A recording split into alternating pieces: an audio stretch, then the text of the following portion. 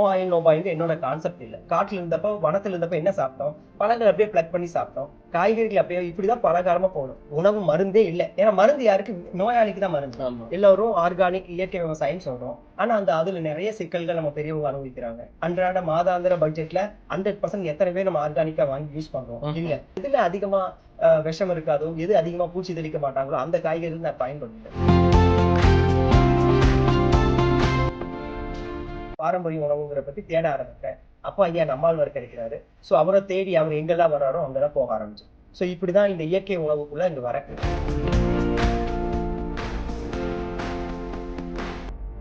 மறைவு முடிச்சு ஒரு 16வது நாள் நிகழ்வு நடந்துச்சு. அங்கெல்லாம் முதல் முறையா இந்த அடுப்பில்லா சமையல் உணவை சாப்பிட்றேன்.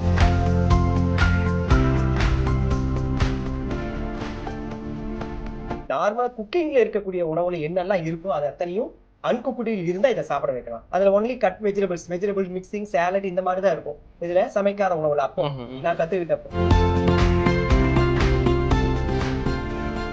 அந்த 1 வருஷம் ஒர்க் பண்ணதுல 15 ரெசிபி, அதோட துணை ரெசிபியோ 30 ரெசிபி உருவாக்கி அதை மக்களுக்கு கொடுக்க ஆரம்பிச்சேன். பேர் சிவகுமார். கோவையிலிருந்து சிவகுமார் அடுப்பில்லா சமையல் செஞ்சு கொடுக்குறாரு. அப்படிதான் இயற்கை கொடுத்ததை அதனுடைய தன்மை தரம் எதுவுமே குணம் மாறாம அப்படியே திருப்பி கொடுக்கறதா ஆஃபரிங் டு நேச்சர். சோ அதுதான் படையல்றது. எனக்குள்ள இவங்க கொடுத்தது அதுவே பேரா மாறுச்சு. தின்னு கொளுத்தவங்கன்னு சொல்றாங்களே அந்த மாதிரி பரம்பரை. நம்ம 6 லட்சம் அரிசி இருந்துச்சு தமிழ்நாட்டுல. நமக்கு தொந்தரவு இல்லாத மாதிரி உணவு சாப்பிட்டா நமக்கு எந்த மருந்தும் தேவையில்லை. இந்த 1 மாத காலத்துல மட்டும் எனக்கு தெரிஞ்சு 8 பேர் 30+ அவங்களுடைய வாழ்க்கையை நிறைவு பண்ணி போயிட்டாங்க. அடிப்படை காரணம் இயற்கை மருத்துவம் சொல்றது கழிவுகளின் தேக்கம். இந்த உணவு உடம்பு மட்டுமே இல்லை, இது 3 டீடாக்ஸ் பண்ணும். தேங்காயில எல்லா நம்மளோட உடம்புல இருக்கிற எல்லா பார்ட்ஸுக்கும் எல்லா சப்ததாதுன்னு சொல்லக்கூடிய எல்லாத்தையும் பலப்படுத்தக்கூடிய விஷயம் இருக்கு. தாய்ப்பால் என்ன நியூட்ரிஷன் இருக்கும் அது தேங்காய் பால் இருக்கிறதா சொல்றாங்க. படையலுடைய 2500 ரெசிபி இருக்கு. 2500 ரெசிபியில ஒரு வெல்கம் ட்ரிங்க்ல ஆரம்பிச்சு கடைசியா சாப்பிடுற ஃபுல் மீல்ஸ் வரைக்கும். Anuj FHG Scratch-Free Tiles. No more scratch, no more tension. Ananya's Nana Nani Homes, a paradise for senior citizens. Ranjith வழங்கும் அசோக் செல்வன் மற்றும் சாந்தனு இணைந்து நடிக்கும் ப்ளூ ஸ்டார் திரைப்படம் வெற்றி நடை போடுகிறது. டாக்டர் படையல் சிவகுமார் சார். சார் வணக்கம். நல்லா இருக்கீங்களா சார்? சிறப்பா இருக்கும். நானும் நல்லா இருக்கேன் sir. Thank you so much. First of all எங்களை இந்த ரெஸ்டாரண்ட்டுக்கு இன்வைட் பண்ணதுக்கு அவ்வளோ ஹாப்பியாக இருந்தது. நாங்கள் நிறைய சாப்பிட்டோம். நந்தகுமார் சார் நிறைய சொன்னாங்க, உங்களை பற்றியும் சொன்னாங்க, உணவு முறையை பற்றியும் சொன்னாங்க. ரொம்ப மகிழ்ச்சியாக இருந்தது. அதுக்கெல்லாம் முன்னாடி ஃபர்ஸ்ட் இந்த படையல் சிவகுமார் எல்லாரும் அப்பாவோட பேரை அடமொழியாக வச்சுப்பாங்க. நீங்கள் படையல் அப்படிங்கிற அந்த உணவு முறையை அடமொழியாக வச்சிருக்கீங்க. அதை பற்றி கொஞ்சம் சொல்லுங்கள் சார். பேர் சிவகுமார், கோவை தான் பிறந்த ஊர். சிறு வயதிலிருந்தே என்னுடைய தமிழாசிரியர் மூலிமா பக்தி யோகம் இதில் ஆர்வம் வந்துச்சு. ஸோ அதில் படிக்கிறப்பே அசைவத்திலேருந்து சைவத்துக்கு மாறக்க ஒரு சூழல் வந்துச்சு. அதுக்கப்புறம் படிக்கிறப்ப இந்த அடல்ட் டீனேஜ் டைம் வர்றப்ப ரொம்ப டிஸ்டர்பன்ஸ் எல்லாத்துக்கும் இருக்கும் இல்லையா? அப்போ வர்றப்ப நான் இதே பாதையில் வந்தனால எனக்கு அப்போது யோக பயிற்சி இருந்தால் நல்லா இருக்கும்னு சொல்லிட்டு அருட்தந்தை வேதாத்திரி மகரிஷியோட பயிற்சி, மனவளக்கலை பயிற்சி எனக்கு 12th படிக்கிறப்ப கிடைச்சிருச்சு. அதிலிருந்து தொடர்ந்து 2006 வரைக்கும் அவரோட பயிற்சிகள் செஞ்சுட்டு இருந்தேன். ஸோ இப்படி ட்ராவல் பண்ணிட்டு வர்றப்ப அதுக்கு அவருக்கு அப்புறம் ஸ்ரீ ஜெய் குருஜின்னு சொல்லிட்டு நீங்கள் பார்த்துருப்பீங்க. ஸோ அவருடைய அறிமுகம் கிடைச்சிச்சு. அவருடைய பயிற்சிகள் கிட்டத்தட்ட ஒரு 8 ஆண்டுகள். ஸோ இதெல்லாம் எதுக்குன்னா நம்ம ஹெல்த்தியாக இருக்கணும், உடம்பு ஹெல்த்தியாக இருக்கணும், மைண்டு ஹெல்த்தியாக இருக்கணும். இது 2 ஹெல்த்தியாக இருந்தால் தான் நம்ம நல்ல சக்ஸஸ், ஒரு என்ஜாய்மெண்ட்டான எந்த சூழல் இருந்தாலும் அதை நம்ம அமைதியான வாழ்க்கை வாழ முடியுங்கிறது ஒரு விஷயம். ஸோ இது இல்லாமல் நான் இதில் தொடர்ந்து இதில் ஆர்வத்தில் நான் ஒரு யோகா டீச்சராகவும் இருந்தனால மற்றவங்களுக்கு இந்த விஷயத்தை கொடுக்குறப்ப அவங்களுக்குள்ள இருக்கிற மாற்றங்களையும் உணர முடிஞ்சு. இது எல்லாம் பேஸ் அடிப்படை எதுனா ஆரோக்கியம். அந்த ஹெல்த்துக்கு ஆரோக்கியம் அடிப்படை உணவு. ஸோ இதை இவங்க உணர்த்தினாங்க. சாப்பாட்டின் மூலிமா, உணவின் மூலிமா நம்மளால உடம்பை மாற்றி மனசை மாற்றி இதெல்லாம் மாற்றி பண்ண முடியும் உணர்த்தினாங்க. ஸோ அதில் அவர் அறிமுகப்படுத்தினது ஸ்ரீ ஜெய் குருஜி அறிமுகப்படுத்தினது சுத்த சைவ உணவு. அதாவது இதே உணவு தான், இதில் சமைச்ச உணவு தான், புளி இல்லை, மிளகாய் இல்லை, மசாலா இல்லை. நீங்க ஜெயின் ஃபுட் எல்லாம் கேள்விப்பட்டீங்களா? இதெல்லாம் இல்லாத ஒரு நெகட்டிவ் மசாலாஸ் இல்லாத, பால் தேரெல்லாம் இல்லாத ஒரு உணவு முறை. ஆனா நீங்க என்னெல்லாம் செய்றீங்களோ இட்லியிலிருந்து வடை போண்டா வரைக்கும் எல்லாமே இருக்கும். ஆனா சமைத்த உணவு, இந்த பாரம்பரியங்கள் உணவு, சிறுதானியங்கள், மூலிகைகள் எல்லாம் பயன்படுத்தி அதுல ஒரு 3 வருஷம் கத்துக்கிட்டோம். இதுல எல்லாம் தேடி வர்றப்ப அதுல நம்ம அந்த மாதிரி உணவகம் ஆரம்பிச்சா என்னங்கிற ஒரு ஐடியா வந்துச்சு. அதுக்கு கேட்கறப்ப இது ஒரு பயிற்சியா எடுக்கணும்னாங்க. ஸோ திருப்பூர்ல போய் ஒரு வாலண்டியர் ஒரு 3 வருஷம் இருந்து தங்கி இதை சமையல், அப்பதான் எனக்கு சமையல் கலையை பத்தி தெரிய வருது, உணவு மருத்துவத்தை பத்தி தெரிய வருது. ஸோ இதெல்லாம் இருக்கிறப்ப இந்த உணவு சாப்பிட்டு எனக்குள்ளே ஏற்பட்ட மாற்றம், என்னுடைய ஸ்டூடெண்ட்டுக்கு ஏற்பட்ட மாற்றம், நான் கடையில் வேலை செஞ்சனால அங்கே வர வாடிக்கையாளருக்கு ஏற்பட்ட மாற்றம், இதெல்லாம் என்னை இம்ப்ரெஸ் பண்ணி இதுவே வாழ்க்கையாக மாறின என்னங்கிற ஒரு எண்ணம் வந்துச்சு. ஸோ அப்போ இதுலேயே உணவுலேயே எவ்வளோ மகத்துவம் இருக்குது, இதெல்லாம் இது எங்கேருந்து வருது, இதோட உற்பத்தி அதுதானே மெயின் இதில். அப்போ தான் இந்த இயற்கை விவசாயம், இயற்கை மருத்துவம், பாரம்பரிய உணவுங்கிற பற்றி தேட ஆரம்பிக்கிறேன். அப்போ ஐயா நம்மாழ்வார் கிடைக்கிறாரு. ஸோ அவரை தேடி அவர் எங்கெல்லாம் வர்றாரோ அங்கெல்லாம் போக ஆரம்பித்தேன். ஸோ இப்படி தான் இந்த இயற்கை உணவுக்குள்ளே இங்கே வரேன். மறைவு முடிச்சு ஒரு 16வது நாள் நிகழ்வு நடந்துச்சு. அங்கே தான் வந்து முதல் முறையாக இந்த அடுப்பில்லா சமையல் உணவை சாப்பிட்றேன். சாப்பிட்டதுக்கப்புறம் ரொம்ப இம்ப்ரெஸ் ஆகுது. இது எங்கே சொல்லி கொடுக்குறாங்க, எப்படி தெரிஞ்சுக்குதுன்னு கேட்குறேன். சிவகாசி கை காமிக்கிறாங்க. அங்கே போய் 2 நாள் அடிப்படை பயிற்சி, அங்கேருந்து கும்பகோணம், அங்கே போய் ஒரு வார பயிற்சி, இதெல்லாம் முடிச்சுட்டு பேசிக் ஒரு 10 ரெசிபி தான் 2010 என் கையில் இருந்தது. 10-12 ரெசிபி நான் கற்றுக்கிட்டு வரேன். அடுப்பு இல்லாமல் எண்ணெய் இல்லாமல் பண்ணுறேன். இப்போ நீங்கள் சாப்பிட்டு வெண்டைக்காய் இந்த மாதிரி ஒரு பேசிக் ரெசிபிஸ், அது என்னை ரொம்ப இம்ப்ரெஸ் பண்ணிச்சு. இது ரொம்ப நல்லா இருக்கு. இதேவே வந்து ஆனால் சுவை இருந்துச்சு. நாம சாப்பிடக்கூடிய எதிர்பார்க்குற சுவை இல்லை. நம்ம இந்த வறுத்து பொரிச்சு மசாலா போட்டு சாப்பிட்ற சுவை இல்லை. ஒரிஜினல் வெண்டைக்காவில் என்ன சுவை இருக்கோ அது சுவை. வாழைக்காவில் இருக்கிற துவர்ப்பு, பாவக்கால் இருக்கக்கூடிய கசப்பு, அந்த ஒரிஜினல் டேஸ்ட் இருந்துச்சு. இடையில எக்ஸ்ட்ரா கொஞ்சம் மிளகு சீரகம் போட்டாங்க, அதுவும் ராவா, அதுவும் ஒரிஜினல் டேஸ்ட். இதுதான் இருந்துச்சு. நம்ம சாப்பிட்ற சாப்பாடு இல்லை. அப்போ இதை வந்து ஒரு மருந்தா, ஒரு கேம்ப் மாதிரி 1 வாரம் 10 நாள் வச்சிருந்து சாப்பிட்டாதான் சாப்பிட முடியும் அப்படிங்கிறது எல்லாத்தோடைய அபிமானமா இருந்துச்சு அந்த பயிற்சியில கலந்துக்கிட்டவங்க எல்லாம். ஸோ அப்போ வெளியே வந்ததுக்கு அப்புறம் பார்த்தா நார்மலா மற்ற சாப்பாடு, மற்ற உணவு சாப்பிட்றதுக்கு ஒரு உந்துதல் வந்து எல்லாரும் மற்ற உணவு சாப்பிட்றாங்க. 7 நாள் பயிற்சி முடிச்சுட்டு வந்தது. ஸோ அப்போ ஒரு கேள்வி வந்துச்சு, நம்மளுடைய உடம்பு மனசு உயிர் எல்லாம் மாற்றக்கூடிய ஒரு சூப்பரான ஒரு உணவு. ஆனா இது வெளியே வந்தோடனே ரொட்டீன் லைஃப், மெட்டீரியல் லைஃப் வந்ததுக்கு அப்புறம் பழைய மாதிரி சாப்பிட ஆரம்பிக்கிறோமே. என்னன்னா பழக்கம். இதை தொடர்ந்து இந்த நாக்குக்கு, பல்லுக்கு, இந்த செல்களுக்கு, இந்த சென்சஸ்க்கெல்லாம் அப்படியே சாப்பிட்டு பழகிட்டோம். அப்போ நார்மலா குக்கிங்ல இருக்கக்கூடிய உணவுல என்னெல்லாம் இருக்கோ அது அத்தனையும் அன்குக்குடியில் இருந்தா இதை சாப்பிட வைக்கலாம். அப்ப என்ன இருக்கு, சுவை இல்லைங்கிறோம். அப்போ அந்த ஒரு நல்ல சுவையை கொடுக்கணும். அப்புறம் வெரைட்டி இல்லை. அதில் only cut vegetable mixing, salad இந்த மாதிரி தான் இருக்கும் இதில் சமைக்காத உணவுல. அப்போ நான் கற்றுக்கிட்டப்போ அப்போ வந்து இதில் வெரைட்டி இல்லை. அப்போ வெரைட்டி கொடுக்க முடியுமா? சமைத்த மாதிரியே ஸ்ட்ரக்சர், அந்த பார்க்கறதுக்கு வடை மாதிரியே இருக்கணும், இட்லி மாதிரியே இருக்கணும், அது வர வைக்கணும். அப்புறம் எல்லாத்த விட சாப்பிட்ட சாட்டிஸ்ஃபேக்ஷன். ஸோ இயற்கை உணவு சாப்பிடுவாங்க, முடிச்சுட்டு பசி ஒரு 1/2 மணி நேரத்தில் பசி எடுக்கும், போய் வேற ஏதாவது சாப்பிடணும். டெம்டேஷன் இல்லையா, அந்த கிரேவிங் இதெல்லாம் சொல்லுவாங்க இல்லையா, இதெல்லாம் இல்லாமல் சமைக்காதவனா பண்ண முடியுமா அப்படிங்கிற கேள்வி வந்துச்சு.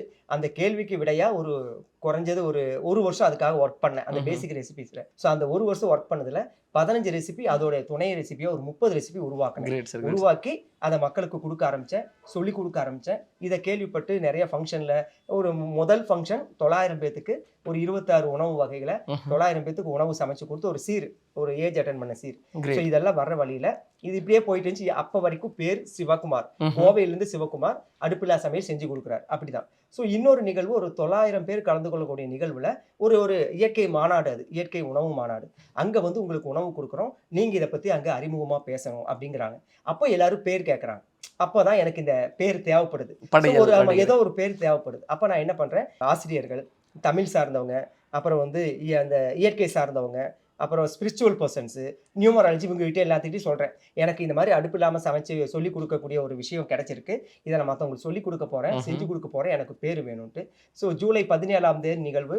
ஜூலை 15 வரைக்கும் எனக்கு பேர் கிடைக்கல. அடுத்த நாள் காலையில் நான் ஊருக்கு போகணும். ஸோ ஊருக்கு போகிறதுக்கு முன்னாடி ஏர்லி மார்னிங் ஒரு 4:30 அந்த டைமில் எழுந்திரிச்சு எப்பவும் மெடிடேஷன் பண்ணுறது வழக்கம். ஸோ குளிச்சுட்டு மெடிடேஷன் உட்காடுறேன். அப்படியே ஒவ்வொன்றா ஓடுது.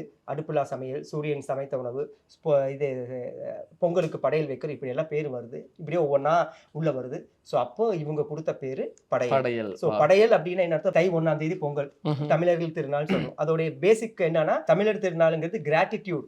அதாவது இயற்கை கொடுத்ததை அதே புத்தரிசியை புது பொங்கல்ல அப்படியே எடுத்து அதே இதுக்கு இயற்கைக்கு படைக்கிறோம். ஸோ அப்போ இயற்கை கொடுத்ததை அதனுடைய தன்மை, தரம், எதுவுமே குணம் மாறாம அப்படியே திருப்பி கொடுக்கறது தான் ஆஃபரிங் டு நேச்சர். ஸோ அதுதான் படையல்ங்கிறது. எனக்குள்ள இவங்க கொடுத்தது அதுவே பேரா மாறுச்சு. அப்புறம் இது படையல் இயற்கை உணவு தயாரிப்பு பயிற்சி மையம், எனக்கு அது வார்த்தையே கிடைக்குது. ஸோ அதை அப்படியே அங்கே இனி அதை லான்ச் பண்றேன். அதுக்கப்புறம் இந்த உணவு யார் செஞ்சு கொடுக்குறாருன்னா, மக்களா பேசுது. படையல் யார் செஞ்சு கொடுக்குறா, சிவா செஞ்சு கொடுக்குறாரு. அப்படி படையல் சிவான்னு சொல்லிட்டு மக்கள் அப்படியே கூப்பிட ஆரம்பிச்சாங்க. இப்போ படையல் சிவான்ட்டு. Super sir. ஓகே, இந்த நோ ஆயில் நோ பாயில் அப்படிங்கிற அந்த முறையை வந்து இப்போ ஆச்சரியமா பார்க்கணும். ஸோ பண்டைய காலத்துல வந்து இதுதான் உணவு முறை இருந்திருக்கு, இப்போ ஆச்சரியமா பார்க்குற ஒரு சூழ்நிலை வந்துருச்சு. எதுக்கு சார் இப்போ அந்த ஆயிலையும் சரி அடுப்பையும் சரி அவாய்ட் பண்றோம்? ஸோ என்ன அவசியம் இருக்கு? ஏன்னா எல்லாரும் கேட்கறதுனா, காலங்காலமா எங்க பாட்டி பாட்டி தாத்தா காலத்துலேருந்து வரமிளகா மிளகா சாப்பிட்ருக்கோம், புளி சாப்பிட்ருக்கோம், எல்லாம் சாப்பிட்ருக்கோம். சமைத்த உணவுலாவது நம்ம வந்து தின்னு கொளுத்தவங்கன்னு சொல்றாங்களே அந்த மாதிரி பரம்பரை நம்ம. 6 லட்சம் அரிசி இருந்துச்சு நம்ம தமிழ்நாட்டில். 6 லட்சம் சங்க இலக்கியங்கள் இருக்கு. பழனியில செப்பேட்டில் எழுதி வச்சிருக்காங்க. நெல் ஜெயராமன் மூலியமா இதெல்லாம் வெளியே வந்துச்சு. ஸோ கிட்டத்தட்ட 3.5 லட்சத்துக்கு மேல டிஷ்ஷஸ், வெரைட்டிஸ். இப்போ நம்ம சாப்பிட்டீங்க இல்லையா, கொழுக்கட்டை, பணியாரம், இட்லி, இந்த மாதிரி பதார்த்தம், அந்த மாதிரி வெரைட்டியா சாப்பிட்ட தலைமுறை நம்மளுடைய தமிழகத்துல மட்டும் சங்க இலக்கிய உணவுகள்ன்ட்டே பெரிய சப்ஜெக்ட் இருக்கு. இது இல்லாம அதிகப்படியான உலகத்திலேயே அதிகமா 800 ஆண்டுகள் அந்நிய படையெடுப்பு இந்தியாவுக்கு தான் நடந்துச்சு இல்லையா. அப்ப வெளியே இருந்து வரக்கூடிய கலாச்சார உணவுகள் எல்லாம் உள்ள வந்ததுனால நம்மளுடைய தமிழ் உணவுகள் எல்லாம் அப்படியே மரபெல்லாம் மறந்துருச்சு. ஸோ அந்த வகையில இந்த உணவு அடுப்பில்லா சமையல் உணவுங்கிறது இது நம்ம உருவாக்கல. இப்ப நான் உருவாக்க நோ ஆயில் நோ பாயிலுங்க என்னோட கான்செப்ட் இல்லை இல்லையா. ஆனா இது அடிப்படை தத்துவம், அதாவது ஒரு வாழ்வியல். ஆதி மனிதன் உணவு என்னது? காட்டில் இருந்தப்போ, வனத்தில் இருந்தப்போ என்ன சாப்பிட்டோம்? பழங்கள் அப்படியே பிளக் பண்ணி சாப்பிட்டோம். காய்கறிகள் அப்படியே இப்படிதான் பல காலமா போகணும். ஸோ காட்டில் இருந்தனால இயற்கை சீற்றங்களால் திடீர்னு மழை வரும், திடீர்னு வெள்ளம் வரும், திடீர்னு நெருப்பு வரும். அதிகமான சூட்டில் என்ன ஆகுது, மரங்கள் ஒன்னோடு ஒரு வச்சு நெருப்பு வந்துச்சு. அந்த நெருப்புல அந்த உயிரினங்கள்ல இருந்து காய்கறிகள் இருந்து எல்லாம் என்னாச்சு, வெந்து போச்சு. அதுல தப்பி பிழைத்ததை எடுத்து அதுக்கு தன்னுடைய வாழ்வாதாரத்துக்காக மீண்டும் பசிக்குது, தேடுது, அங்கங்க கரிஞ்சு கிடக்கதை சாப்பிடுது. ஸோ சாப்பிட்றோம். அப்படி சாப்பிட்றப்ப இதுக்கு முன்னாடி சாப்பிட்ட உணவுக்கும் வெந்த சாப்பாட்டுக்கும் வித்தியாசம் உணருது. ஸோ ஒரு சுவை வித்தியாசம் வருதா, அங்க இருந்தா சமையல். அப்ப நெருப்பு எப்படிங்கிற என்ன வருது, அப்ப 2 மரம் உரசறதுனால நெருப்பு வருது. அப்பதான் நம்ம படிச்சிருக்கோம், சிக்கிமுக்கிக்கல்ல உரசி நெருப்பு கண்டுபிடிச்சோம். அப்புறம் நெருப்பு, சக்கரம், இது இப்படியே நம்மளுடைய பரிணாமம் அப்படியே வருது. அறிவு வளர்ச்சி வந்துட்டே இருக்கு. ஃப்ரெஷ்ஷா சாப்பிட்ட பழம், காய் கருப்பா மாறிடுச்சு, கையெல்லாம் கருப்பா மாறிடுச்சு. ஸோ இதை கழுகலான்னு போறான், அங்க தண்ணியில கழுகுறான். உங்களுக்கு தெரியும், இந்த பூமியில, இந்த பிரபஞ்சத்துல 3ல் 1 பங்கு தான் நிலம், 3 பங்கு நீர். அந்த நீர் உப்பு நீரா தான் இருந்துச்சு இல்லையா. அப்ப அது கழுகுறப்ப அதுல புது சுவை, உப்ப மனிதன் உணர்றான். அந்த நாக்குல உப்பு பட்டதப்பதான் மனிதன், அதாவது அந்த மனம்ங்கிற விஷயமே வருது. அப்பதான் மானவம். அது வரைக்கும் ஆடு மாடு மாதிரி இந்த இயற்கை நம்மளுடைய மனித பரிணாமத்துக்காக ஆடு மாடு மாதிரி விட்டுருச்சு. மூங்கில சமைச்சாங்க, மண்பானையில சமைச்சாங்க, கல்லுல சமைச்சாங்க. இப்படி அந்த நெருப்பை கண்டுபிடிச்சு அப்படியே சமையல் வந்துட்டே இருந்துச்சு. அப்போ அந்த சமையல்னா என்னன்னா, அந்த உங்களுக்கு வாழைக்காவையோ இப்போ நீங்கள் சாப்பிட்டதெல்லாம் பச்சையாக சாப்பிட முடியாது. பச்சையாக சாப்பிட்டா ஹார்டாக இருக்கும் இல்லையா. அப்புறம் அதில் நிறைய காய்கறிகளில் நிறைய நெகட்டிவ் பாக்டீரியாஸ் இருக்கும். ஒன்று அது தேவையில்லாத கிருமிகள் அறியணும், கெட்டியா இருக்கிறது சாஃப்ட் ஆகணும், அது சாப்பிட்ட உணவு செரிமானம் ஆகும். இதெல்லாம் செய்யறதுக்கு உண்டான ப்ராசஸ் தான் சமையல். அதுக்கு தமிழ் அழகா என்ன சொல்றாங்க, ப்ராசஸ்க்கு பக்குவப்படுத்துதல் சொல்றாங்க. அது நீங்க எப்படி சமைச்சாலும் சரி, அடுப்புல வச்சு சமைச்சாலும் சரி, அடுப்பு இல்லாம சமைச்சாலும் சரி, சவர்மா மாதிரி நெருப்புக்கு மேல போட்டு சமைச்சாலும் சரி, பாத்திரத்துக்கு மேல உணவுக்கு மேல நெருப்பு வருது இல்லையா, அந்த மாதிரி எப்படி சமைச்சாலும் அதோட ரூல் என்ன, பக்குவப்படுத்துதல். அப்ப அதோடைய நோக்கம் என்ன, சாப்பிட்றது ஒண்ணு. சமையலுடைய நோக்கம் என்ன, அந்த காயை சாப்பிடணும். அப்ப காய் எப்படி சாப்பிடணும், அதோடைய முழுமையான பலன் எப்போ, அந்த நம்ம என்ன சாப்பிட்றோமோ அதோடைய பலன் நமக்கு முழுமையாக கிடைக்கணும். அப்போ அதில் இருக்கிற நியூட்ரிஷன் லாஸ் ஆகக்கூடாது, சத்து குறையக்கூடாது, வேஸ்ட் ஆகக்கூடாது, டேமேஜ் ஆகக்கூடாது. இப்படி உணவுப்படி சத்து குறையக்கூடாது, விரயமாகக்கூடாது, இழப்பு ஏற்படக்கூடாது. இது 3 நடக்காம நீங்க என்ன செய்யறீங்களோ அது சமையல். அது நீங்க எப்படி சமைச்சாலும் சரி. அது ஆரம்ப கால சமையல் உணவுல இருந்துச்சு. செப்பு பாத்திரங்களை சமைச்சோம். அப்போ அந்த மாதிரி சமைத்தும் கூட நமக்கு இந்த 3 ப்ராசஸ் ஆகல. உணவு விரயமாகல, வேஸ்ட் ஆகல, சத்து குறையல, அழியல, விரயமாகல. எப்ப தேங்காய் போடணும், எப்ப உப்பு போடணும், எதை மூடி வைக்க சமைக்கணும், எதை ஓபன் பண்ணி வச்சு சமைக்கணும், ஒவ்வொரு உணவுக்கு உண்டான காலகட்டங்கள் என்ன, இதெல்லாம் நமக்கு பெரியவங்களுக்கு தெரிஞ்சிருச்சு. ஈவன் நீங்க குழந்தையா இருக்கப்ப நம்ம அம்மா அப்பா சமைச்சப்ப கூட அந்த இது இருந்துச்சு. ஆனா இப்போ இந்த 90ஸ்க்கு அப்புறம் இந்த 2000ல இருந்து இந்த 2020 வருஷத்துல டோட்டலா இந்த உணவு கலாச்சாரம், சமையல் முறைகள்லாம் மாறிடுச்சு. உணவு மருந்துன்னு கூட சொல்ல முடியாது. மருந்தென வேண்டாமாம் யாக்கைக்குன்னு வள்ளுவர் சொன்னார். உணவு மருந்தே இல்லை. ஏன்னா மருந்து யாருக்கு, நோயாளிக்கு தான் மருந்து. ஆனா நம்ம ஆரோக்கியத்திற்காக உணவு ஒவ்வொரு உயிரோட அடிப்படை தேவை. உயிர் வாழின்ட்டு தமிழ்ல ஒரு அழகான வார்த்தை சொல்லுது. ஓரறிவிலிருந்து 6 அறிவு வரைக்கும் ஒவ்வொரு உயிருக்கும் உயிர்னு இருந்தால் அதுக்கு ஒரு உணவு தேவை. ஒரு உயிர் இன்னொரு உயிருக்கு உணவாக மாறி இருக்கு, அதான் உணவு சங்கிலின்னு சொல்றோம். அப்போ உணவை தெய்வமா தொல்காப்பியம் சொல்லுது, நம்ம வேதம் உணவு பிரம்மம்னு சொல்லுது. எல்லாத்துக்கும் அடிப்படை அங்கிருந்தானே வந்துச்சு. ஸோ அப்படி பார்த்தனா அந்த உணவு சமையல் முறையில நடந்த தவறுகள், சமையல் உற்பத்தியில நடந்த தவறுகள், இதனால அந்த உணவு பிரம்மமா மாறி உணவு மருந்தா மாறி, இப்ப உணவு மருந்துனால அது உணவு விஷமா மாறி, அந்த விஷத்துக்கு மருந்துன்னு ஒன்று கொடுத்து அந்த மருந்து விஷமா மாறிடுச்சு. ஸோ இந்த காலகட்டத்துல கண்டிப்பா நாம் அந்த பாரம்பரிய முறையான ஆதி மனிதன் உணவான அந்த அடுப்பில்லா சமையல் கலை தேவை. ஏன்னா உணவும் உற்பத்தியை நம்ம ஏதாவது செய்ய முடியுமா? இயற்கை எல்லாரும் ஆர்கானிக் இயற்கை விவசாயம்னு சொல்கிறோம். ஆனால் அதில் நிறைய சிக்கல்கள் நம்ம பெரியவங்க அனுபவிக்கிறாங்க. ஸோ அதை வந்து நடத்துறதோ அதில் பெரிய சேலஞ்சு ஐயாவெல்லாம் ஆரம்பித்து இப்போ நிறைய பேர் அதை ஃபாலோ பண்ண ஆரம்பிச்சிட்டாங்க. ஆனால் எல்லோரும் கன்சியூம் பண்ணால் மட்டும்தான் அந்த இயற்கை விவசாயம் இன்னும் செழிக்கும். இன்னும் நம்மளுடைய அன்றாட மாதாந்திர பட்ஜெட்டில் 100% எத்தனை பேர் நம்ம ஆர்கானிக்காக வாங்கி யூஸ் பண்ணுறோம்? இல்லை. ஸோ அதில் நிறைய சவால்கள் இருக்குது. உற்பத்தியில் நம்மளால் எது செய்ய முடியாது. எங்கே முடியுமோ அங்கே வாங்கிக்கலாம்.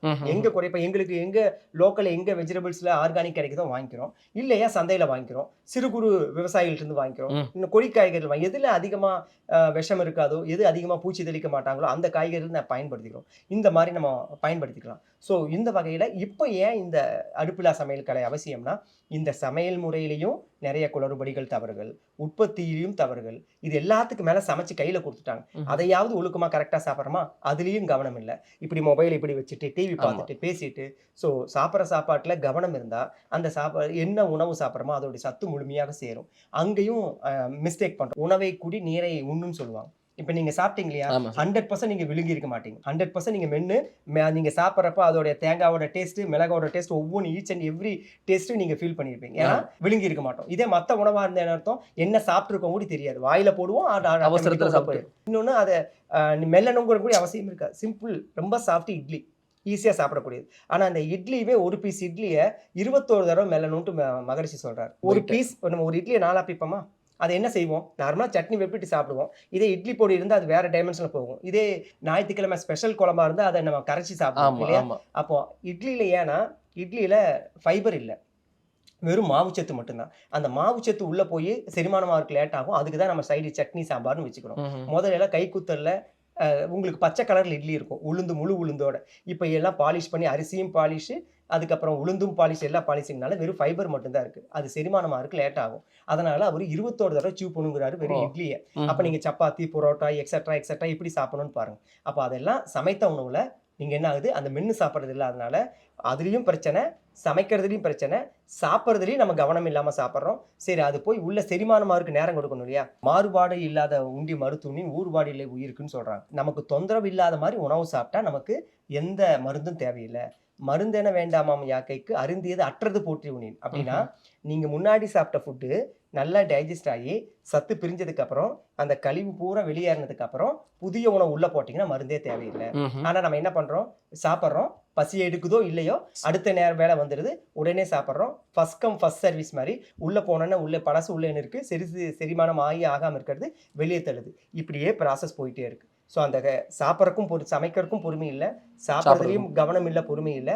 சரி, செரிமானத்துக்கும் நம்ம டைம் கொடுக்க மாட்டேங்கிறோம். செரிமானமான உணவு கழிவு வெளியேறதுக்கும் நேரம் கொடுக்கும். இப்போ எல்லா இடத்துலையுமே பிரச்சனைனால தான் இப்போது இந்த இவ்வளோ தூரம் இப்போ ரீசெண்டாக இந்த நீங்கள் நிறைய ஃபேஸ்புக்கிலலாம் பார்த்துருப்பீங்க. இந்த 1 மாத காலத்தில் மட்டும் எனக்கு தெரிஞ்சு 8 பேர் 30+ அவங்களுடைய வாழ்க்கையை நிறைவு பண்ணிட்டு போயிட்டாங்க. கோயம்புத்தூர்லேருந்து எல்லாரும் நிறைய கண்டினியூவாக இளவயது மரணங்கள் அதிகமாகிட்டே இருக்கு. அதுக்கு நிறைய காரணம் என்ன? அடிப்படை காரணம் உணவு முறையும் வாழ்க்கை முறையும் தான். ஸோ இந்த சூழலில் இந்த காலகட்டத்தில் இந்த இயற்கை உணவு முறை, அதாவது சத்து குறையாமல், அழியாமல், விரயமாகாமல், ஈஸியாக சமைக்கக்கூடிய, கால நேரத்துக்கு குறைவாக சமைக்கக்கூடிய, அதே நேரத்தில் இப்போ இருக்கிற நவீன உணவுகளோட போட்டி போட்டு அதையும் அதை எந்த அளவுக்கு என்ஜாய் பண்ணி சாப்பிட்றோமோ அந்த அளவுக்கு என்ஜாய் பண்ணி சாப்பிடக்கூடிய வகையில் நம்மளால் ஒரு உணவை உருவாக்க முடியும்னா அது இயற்கை கொடுத்துருக்கு.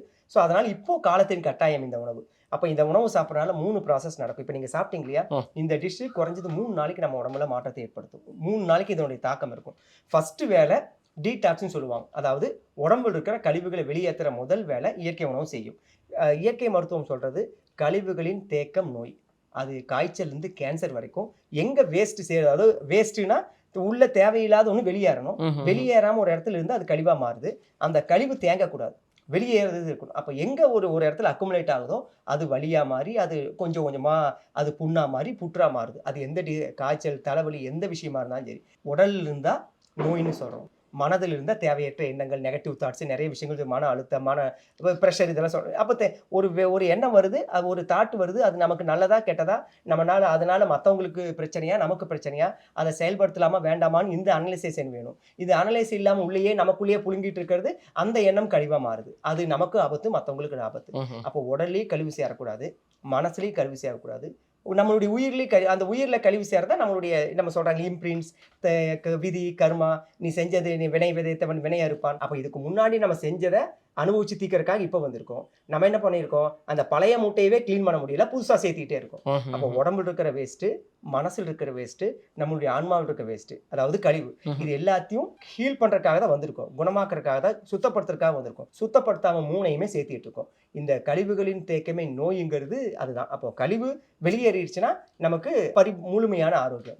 இந்த உணவு உடம்பு மட்டுமே இல்லை, இது மூணையுமே டீடாக்ஸ் பண்ணுது. ஃபர்ஸ்ட் டீடாக்ஸ், அதுக்கப்புறம் எனர்ஜி, ஆற்றலை கொடுக்குது. மூணுக்குமே ஆற்றலை கொடுக்குது. ஏன்னா இதில் எங்கேயுமே நான் சொன்ன மாதிரி ஆற்றலோ சத்தோ விரயம் இல்லை, வேஸ்ட் ஆகலை. அதே நேரத்தில் வேல்யூ ஆடட்ங்கிற ஒரு வார்த்தை. ஒரே ஒரு எக்ஸாம்பிள், நீங்கள் சாப்பிட்டீங்களே, இப்போ சாப்பிட்டீங்களா, ஒரு பொரியல் சாப்பிட்றோன்னு வைங்களேன், சிம்பிளாக ஒரு வாழைக்காய் பொரியல் சாப்பிட்றோன்னா, வாழைக்காய் சாப்பிடும் இருக்கும், அதில் வாழைக்காய் கட் பண்ணி உப்புல போட்டிருப்போம், அதில் தேங்காய் சேர்ந்துருக்கும். ஸோ தேங்காய் தான் வந்து இருக்கிறதுலே இயற்கை உணவில் முதன்மையான உணவு தேங்காய். தேங்காயில் எல்லா நம்மளோட உடம்புல இருக்கிற எல்லா பார்ட்ஸுக்கும் எல்லா சப்ததாதுன்னு சொல்லக்கூடிய எல்லாத்தையும் பலப்படுத்தக்கூடிய விஷயம் இருக்குது. தாய்ப்பால் என்ன நியூட்ரிஷன் இருக்கோ அது தேங்காய் பால் இருக்கிறதா சொல்கிறாங்க. அப்போ அவ்வளோ உயர்வான இருக்கிறதுலே காயிலேயே இயற்கை உணவு முதன்மையானது தேங்காய் இருக்குது. அடுத்தது கருவேப்பிலை சேர்த்துறோம். கசப்பு துவர்ப்பை 2 அவாய்ட் பண்ணனால தான் இவ்வளோ டிசீஸ் நமக்கு. அப்போ அந்த கசப்பு சுவையை அவாய்ட் பண்ணிட்டோம், அதை சேர்த்துறதும் இல்லை. கசப்புக்கு எளிமையான பொருள் எதுனா கருவேப்பிலை. அந்த கருவேப்பிலையை கூட தாளிதம் போட்டு அதையும் நம்ம எதிர்த்து ஒதுக்கி வச்சு ஆரம்பிச்சிட்டோம். ஸோ அப்போ அந்த கருவேப்பிலை ரொம்ப முக்கியம். இரும்பு சத்து இருக்குது, உடம்புல இருக்கிற வேஸ்ட்டை வெளியேற்றுறது, பூச்சியை கொள்வது, இது மாதிரி நிறைய விஷயங்கள் அயன் அதிகமாக இருக்குது. அதனால் கருவேப்பிலை சேர்த்துறோம். இந்த கொத்தமல்லி, நம்மளுடைய 7 தாதுன்னு சொல்கிறாங்களே, சாப்பிட்ற சாப்பாடு 7 எலிமெண்ட்டாக மாறும். குறிப்பாக நம்மளுடைய ஸ்போமா மாறும், அப்புறம் அதுக்கு முன்னாடி கொழுப்பாக மாறும், எலும்பா மாறும், இதெல்லாம் மாறும். இது எல்லாத்தையும் ஸ்ட்ரென்தன் பண்ணக்கூடிய சத்து எதில் இருக்குது? கொத்தமல்லி. ஆனால் கொத்தமல்லி எப்படி போடுறோம், அப்படி தூவி விடுறோம். அதுவும் நம்ம முழுமையாக எடுத்து சாப்பிட்றது இல்லை. ஸோ கொத்தமல்லியோட முழுமையாக எடுத்துக்கிறோம். அப்புறம் மிளகு, 10 மிளகு இருந்தால் பகைவன் வீட்டிலும் சோறு உண்ணலாம்னு சொல்லுவாங்க. அப்போ அப்படின்னு என்ன அர்த்தம், அது பெரிய ஒரு டீடாக்ஸா, ஒரு கிருமி நாசினியா, விஷத்தை வெளியேற்றக்கூடிய தன்மையா இருக்கு. நீங்க எதுவா இருந்தாலும் சரி, அதுதான் இந்தியர்களுடைய பாரம்பரிய காரத்துக்கு உண்டான ஒரு மசாலா. அது அந்த மிளகு இங்க முக்கியமா இருக்கு. சீரகம், அகத்தை, அதாவது வயிற்றுல கூடிய செரிமானத்தை சுத்தப்படுத்துறது, உடம்பு ஹீட் ஆகாம பாத்துக்கிறது தான் அந்த சீரகம் சொல்லக்கூடிய ஒரு மசாலா இல்லையா? நமக்கு தெரியும் சீரகம். இந்த சீரகம் இங்க இருக்கு. இது இல்லாம இந்துப்பு இருக்கு. இது இல்லாம நிறைய சைடிஸ் எக்ஸ்ட்ரா முந்திரி பாதாம் இத்தனையும் சேர்த்துறோம். இத்தனையும் சேர்ந்து ஒரு பொரியல் ரெடியாது. அப்போ வாழைக்காய் நம்ம சாப்பிட்றது, வாழைக்காய் சாப்பிட்டா உடம்புக்கு நல்லது, ரத்தத்துக்கு நல்லது இல்லையா, இதயத்துக்கு நல்லது.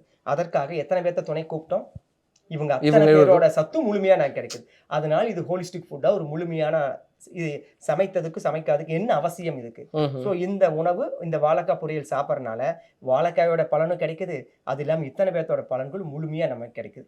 இதே நீங்க சமைச்சு சாப்பிட்றீங்க, என்ன பண்ணுவீங்க, இதே வாழைக்காய் தான் வானலியில எண்ணெய் விடுவோம், கடலைப்பருப்பு உளுந்து போடுவோம், வரமிளகாய் போடுவோம், எல்லாத்தையும் வறுப்போம். சில நேரங்களில் அது கரிஞ்சு போகும். அதுக்கப்புறம் இந்த வாழைக்காய் போட்டு மிக்ஸ் பண்ணுவோம், மஞ்சத்தூள் போடுவோம், மிளகுத்தூள் கூட இருக்காது, மிளகாத்தூள் போட்டு தேங்காய் போட்டு இறக்கிடுவோம். ஸோ இந்த வாழைக்காவுக்காக மற்ற துணை பொருள்களும் அங்கே கரிஞ்சு அழிஞ்சு போச்சு. இங்கே அதே நேரத்தில் இது முழுமையான ஒரு உணவாக மாறுது. ஸோ அப்போ வாழைக்காயோட சேர்ந்து இத்தனை பொருளோட தன்மையும் எங்கே கிடைக்குது, நமக்கு கிடைக்குது. அப்போ இது இந்த பொருள்களுடைய உடல் ரீதியான பலனும் வரும், இந்த டீடாக்ஸும் வருது. அதுக்கப்புறம் இந்த ஆற்றல் இமீடியட்டாக அது சாப்பிட்றதுனால உடனடி நமக்கு அதோடைய எனர்ஜி முழுமையாக கிடைக்குது. சரிங்களா? 3வது ஹீல் பண்ணுது. அப்போ நான் சொன்னேன் இல்லையா, வாழைக்காய் சாப்பிட்டா ஹார்ட்டுக்கு நல்லது, கருவேப்பிலை சாப்பிட்டா முடிக்கு நல்லது, இது சீரகம் சாப்பிட்டா இந்த ஒவ்வொரு உறுப்புக்கு நல்லது. அப்போ 3 ப்ராசஸுமே நீங்கள் எந்த இப்போ படையலோட 2500 ரெசிபி இருக்குது. 2500 ரெசிபியில் ஒரு வெல்கம் ட்ரிங்கில் ஆரம்பித்து கடைசியாக சாப்பிட்டுக்க ஃபுல் மீல்ஸ் வரைக்கும் இந்த 3 ப்ராசஸ் நடக்கும். டீடாக்ஸ் நடக்கும், எனர்ஜி கொடுக்கும், ஹீலிங் கொடுக்கும். இது 3 தான் நமக்கு வேணும். இது 3 இருந்தால் நம்ம 100% பெரியவங்க சொன்ன மாதிரி 100 வருஷம் 120 ஆண்டுகள் சந்தோஷமா ஆரோக்கியமா வாழலாம். ஸோ அதுதான் இந்த நோபாயிலோட சீக்கிரம். சூப்பர் சார், மிக தெளிவான விளக்கம். So thank you so much. இது ஒரு நான் சேவையாக தான் பார்த்துட்டு இருக்கேன். தொடர்ந்து இந்த சேவையை கொடுத்துக்கிட்டே இருங்க. நிறைய பேர் தெரிஞ்சுப்பாங்க இப்படி ஒரு உணவு முறை நம்ம கிட்ட இருக்கு அப்படிங்கறத. ரொம்ப நன்றி சார். நன்றி சார். அனைவருக்கும் நன்றி. Anuj SHG Scratchery Tiles. No more scratch, no more tension. Ananya's Nana Nani Homes, a paradise for senior citizens. Ranjith வழங்கும் அசோக் செல்வன் மற்றும் சாந்தனு இணைந்து நடிக்கும் ப்ளூ ஸ்டார் திரைப்படம் வெற்றி நடை போடுகிறது.